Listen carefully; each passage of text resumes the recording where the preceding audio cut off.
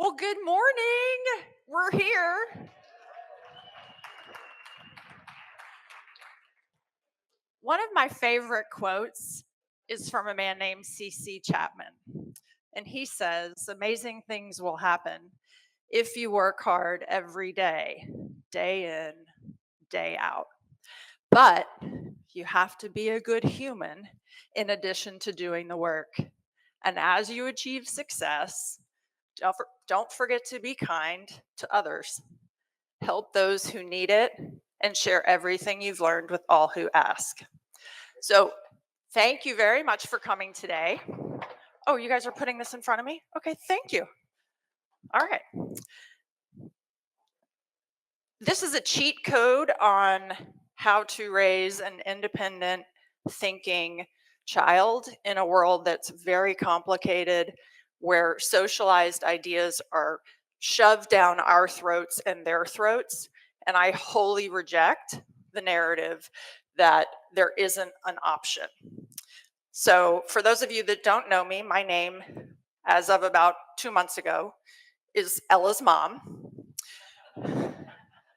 Because every conference I go to, the first thing people say to me is, "Are you Ella's mom?" And I will admit I'm fairly insufferable about her accomplishments. If you don't know her, please come meet her. She's in the front row. She recently received approval to pursue an independent study in Bitcoin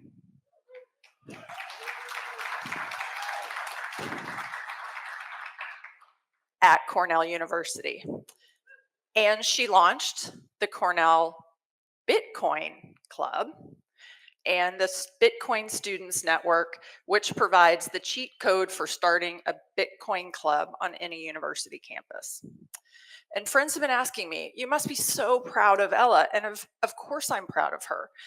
Mostly I'm relieved. I'm relieved knowing that she found purpose, because so many kids struggle with this today. In fact, there was a TED Talk that I watched in 2013 by a woman named Meg Jay, and it was titled 30 is Not the New 20.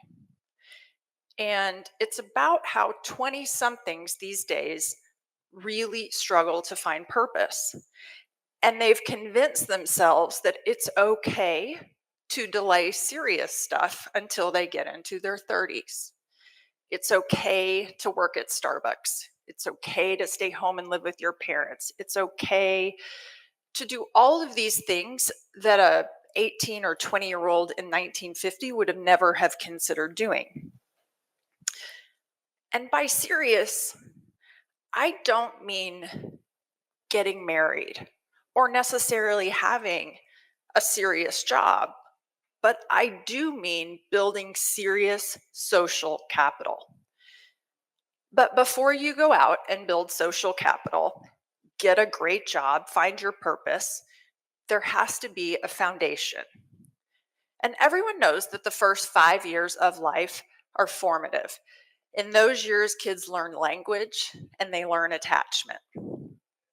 But did you know that in the first 5 years of life, the ordinary day-to-day life has an inordinate impact on who your kids will become? Some parents are like central bankers, and I have some bad news. If your kids can't survive without your constant intervention, they will not make it. There is a way to parent, and I've always termed it, I want to be a swim coach. I don't want to be the lifeguard. I don't want to be a helicopter parent and coordinate her life. I don't want to be a bulldozer parent and remove every obstacle that's in front of her. I sometimes think back to a letter I read when Ella was applying to boarding schools. It was written by a beloved head of school at St. Andrew's School. And the head of school wrote this to his faculty, all of the teachers, and he said, I ask you this year before we start, what could you change in your classroom so that when kids return to campus 30 years from now, they talk about you as their favorite teacher. As you know, great teachers are people that unlock the world for us. Great teachers create connections. They open doors to this unexplored landscape in our brains. Connection is this energy that is created between people when they feel seen and heard and valued. And kids need to feel seen, heard, and valued. But how do we make them feel valued? I'm going to give you kind of three categories or things that I think about. And when people ask me, oh my gosh, like Ella's super independent, how did you get there? I'm going to just share with you a little bit about what I tell people. Rule number one, eliminate all power struggles. Give kids power. Give them power as early as possible. So you have a pre-K kid, right? Do you want to take a shower or do you want to take a bath? Do you want to wear this or do you want to wear this? Do you want to make the salad tonight or do you want to set the table? Second grade, stakes get higher. This is actually a true story and one that I got a lot of heat in our doctor's office for.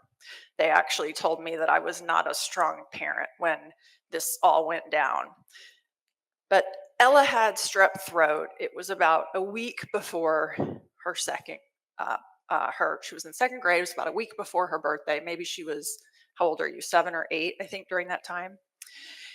Well, she had strep throat and it was awful.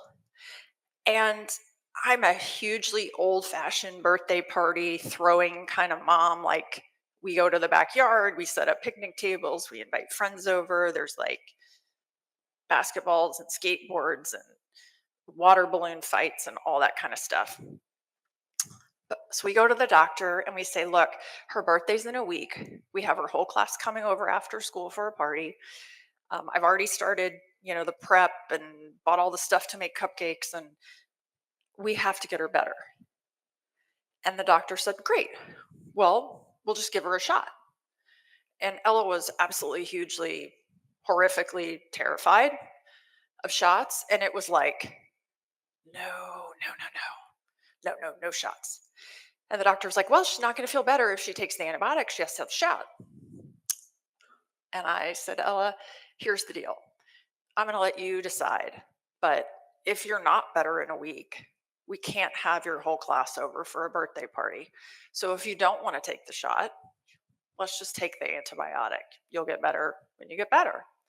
Or you can take the shot and they guarantee that you'll be better in 3 days.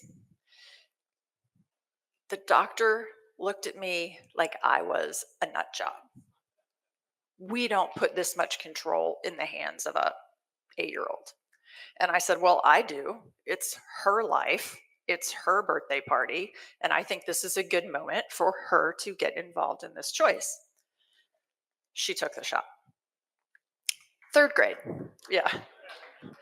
Third grade. She came home and said, I think I'd like to maybe go to camp. All my friends went to camp last summer and I didn't go. And I really didn't want to go last year, but I think I'd like to go this year. And I said, great. There are 30 pages of forms that need to be filled out. You need to go print them. You need to fill them out. You need to bring them to me. You need to go find my checkbook, and I will sign them and I will send in the deposit. Yes, third grade. Seventh grade. You want to apply to 15 boarding schools? Great. There are literally 100 steps in this process. Make a spreadsheet. You're in charge of all of the applications, all required testing arrangements, all tours on campuses, everything. She did it. College. You want to do an independent study on Bitcoin at Cornell? Great. You know what to do.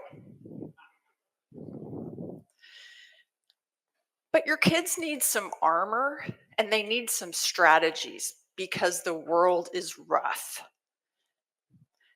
I use the word strategies, never directives. When Ella was tiny, I had this really uneasy feeling that I might die when she was little. And I had all of these ideas in my head that I wanted to tell her, kind of like my cheat code for life. So I start a list on my iPhone, just in the Notes app.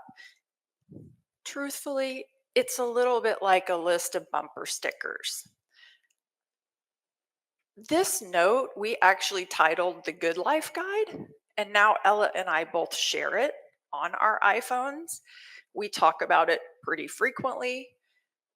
It was actually an Academy Award winning moment for me when I found out that Ella had written her college essays based on 5 tips in the Good Life Guide. But my list wasn't meant to be rules of the road. It was only meant to convey what I had learned. Kind of like, here's some advice, take it or leave it.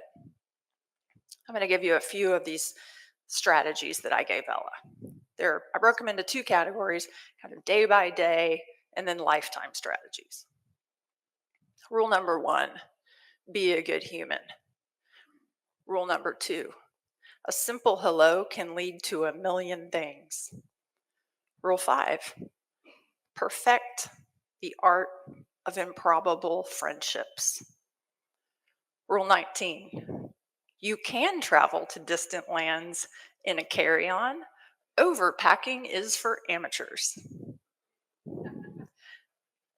But also, I wanted to tell her how to not let other people sway into her lane and ruin her day. And I've debated whether or not to use real names in this story. And because I have such utter dislike for Ella's 3rd grade teacher, I'm going to. Her name was Mrs. Smith. And Mrs. Smith had a bird. She actually had 2 birds. And they were free to fly about the classroom, and they pooped all over the desks. And Ella has had a fear. She has a few flaws. Fear of birds is one of them. Maybe also she doesn't ride a bike. She didn't really learn how to ride a bike until about high school, but that's okay. Um, I went to Mrs. Smith and I said, look, I think Ella's allergic to birds, which factually we found out she was. She's basically allergic to all animals. But it's really gross that this is pooping all over. Can we please get rid of the bird? And this was probably like a 6-month conversation. Mrs. Smith did not want to get rid of this bird. Well, she didn't end up getting rid of the bird. And she, in fact, told me that if she did get rid of the bird, that Ella wouldn't have any friends left in the class because everyone else loved the bird so much that they'd be mad at Ella. Whatever. Eventually, we get out of 3rd grade, we go to 4th grade. But in 4th grade, Mrs. Smith doesn't speak to Ella in the hallway. And, Ella's this like really kind of gentle soul, nice kid. She's nice to everybody. And she would come home and she'd say, Mom, I walked right by Mrs. Smith and I said hi, and she just completely ignored me. And this went on for like 2 or 3 days. And I'm just thinking to myself, like, Mrs. Smith, you can go F yourself. And I think I actually suggested those words to Ella, but she doesn't use curse words or drink soda or any of these other things that I do. And so she just said, Mom, I can't tell her that. I'm not going to tell her that. And I said, okay, well, when you walk by her, you can hear those words in your head. And I said, in fact, when you walk by her, hear those words in your head and with a great big smile say, hello, Mrs. Smith. That was our Mrs. Smith strategy. We still use it. We still talk about it occasionally, not about any of you. Okay, a few lifetime strategies. Rule number 6, when you err, admit it and fix it. Rule 12, someone else's secret isn't yours to share. Rule 18, remind your friends that you love them often. Rule 28, be delighted by people. Rule 30, keep going no matter what. Rule 57, you are enough. Rule 61, there is not enough room to carry the negative around. And rule 100, this is probably one I use more than Ella does. Leave 3 things unsaid every day. We have to be real with our kids. We need them to make this place better. We need them to fix all sorts of things, including our money. We need them to know what is at stake. And Ella and I have always had a truth policy. I've said to her, look, no matter what you do, what trouble you get into, no matter what terrible thing happens that you're responsible for, tell me the truth. I will be there with you. I wasn't looking to solve the problem for her. I just wanted her to always be able to call and go, Mom, I so screwed this up. Here's what happened. The truth also involves having really hard conversations. Like when she was 8 going away to summer camp, we talked about a strategy for feeling homesick. I gave her my remedy. Whenever you feel homesick or sad, go do something for somebody else. Go clean the cabin bathroom. Go ask the woman who works in the kitchen if you can work in the kitchen that day. But I also told her how to protect her body. And I described to her sometimes the horrific things that happen to kids when they're not with their parents. And then clearly define what the goal is with your kids for themselves. For me, a big thing was defining the end of my financial support, her father and I's financial support of her. We told her, Ella, we think that you are bright and capable, but you've got to start planning early, because the day you graduate from college, you are on your own. Any other message that you deliver to a graduating student is a vote of no confidence. A vote of confidence in your kids is saying, I'm not going to help you. Bottom line, your kid is your kid. The world is full of people who will tell them what they cannot do or what they should be doing. And I know for sure that there are a few things your kid does not need. I'm not saying they may not want to, or you may not enjoy these things, but for us, like after school, anything. I really think that God gives you the kind of kid you can handle. Ella was really a joy to be around. But there were times when she was growing up where it was like, I want to take piano lessons, or I want to go take, I don't know, whatever. And I just said, look, my favorite time of day is when I get to go pick you up at 3:00. I don't want to go sit in Houston traffic and eat fast food on the way to a piano lesson. Like, I don't think we're going to do that. Let's go to the park. Let's ride bikes. Let's do, cook. Let's do anything else. Technology. We didn't give her a cell phone. She was literally the last person in the 8th grade to get a phone. Here's a few things that I think they must have. Time with you. Good time with you. When you're together, be with your kids. Ella and I sit on the sofa still to this day and watch a movie, and we hold hands. And in fact, when she was little, and she'd kind of get in a funk, and I'd realize, oh, it's because her dad's traveling and I've been working a lot and we've just been disconnected. The fix wasn't, let's go out for ice cream or let's go to Target and pick out a toy. The fix was, let's go home and sit together on the sofa and hold hands and talk or read our books or watch a movie or play cards. They also need a lot of time to think. I called her 2 weeks ago and I said, "What are you doing?" It was like maybe 10 o'clock on a Saturday morning. "What are you doing?" She goes, "Oh, Mom, I've been here thinking." Total win, right? And then they need to learn how to adult, like early, opening mail, sorting bills, paying bills online, doing laundry.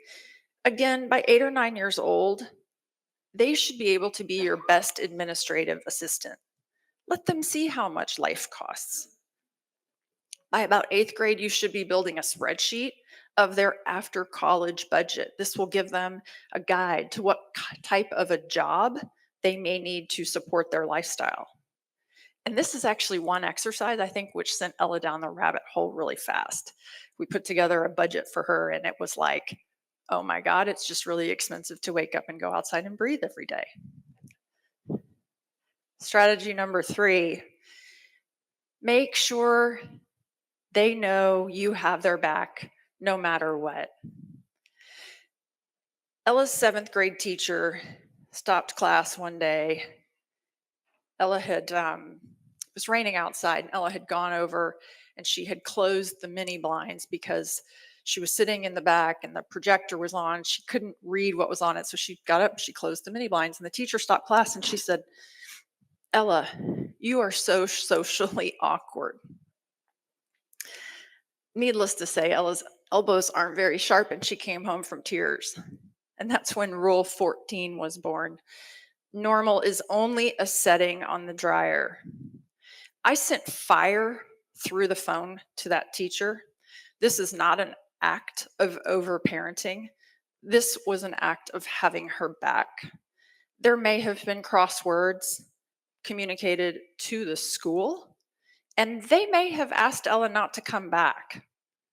I had long questioned certain school policies, like making them eat the garbage food that they serve. It took me a year to negotiate her being able to bring her own lunch, and they still made us pay for the school food.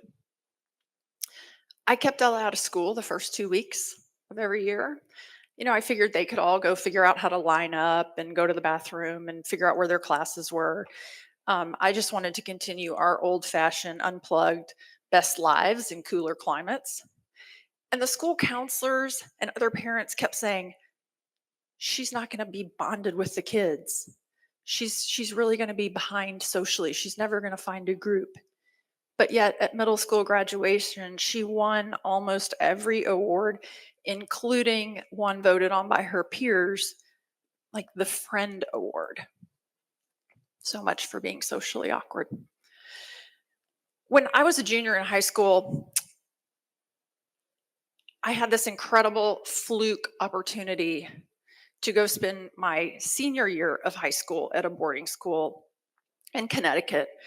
And it was this faraway place. I grew up 30 miles north of nowhere in Spring, Texas. I was going to go be with all these exotic people, like New Yorkers. But it required me to leave the place that I knew, where I had lived my whole life, where I was on homecoming court, on yearbook, where I had a boyfriend, like all those Texas public school things. And my parents gave me this choice of whether or not to go. And something told me to do it. And a few months later, I arrived at the #1 boarding school in the world where Jackie Kennedy and Gloria Vanderbilt had once attended. And yes, I felt totally out of place with my blonde hair that was puffy and my blue eyeshadow, and actually my sweats, because Continental Airlines had lost my luggage. Everybody else was like in Laura Ashley. And I'm standing in my dorm room with my dad, and we're just looking at one another. My dad says, "Look, I think this is going to be great. I think you're going to be amazing. But if you don't like it, I will come and get you." And those are words I'll never unhear. I will come and get you. So, needless to say, when Ella went to boarding school as a freshman in high school, and when she moved to Beijing, China, her junior year of high school, I repeated those words to her. If this isn't for you, I will come and get you. We're running a little low on time. I'm going to skip my story and just close with this. In Bitcoin, we talk about preserving our personal energy with sound money. Your child's survival also depends on durably storing their life force.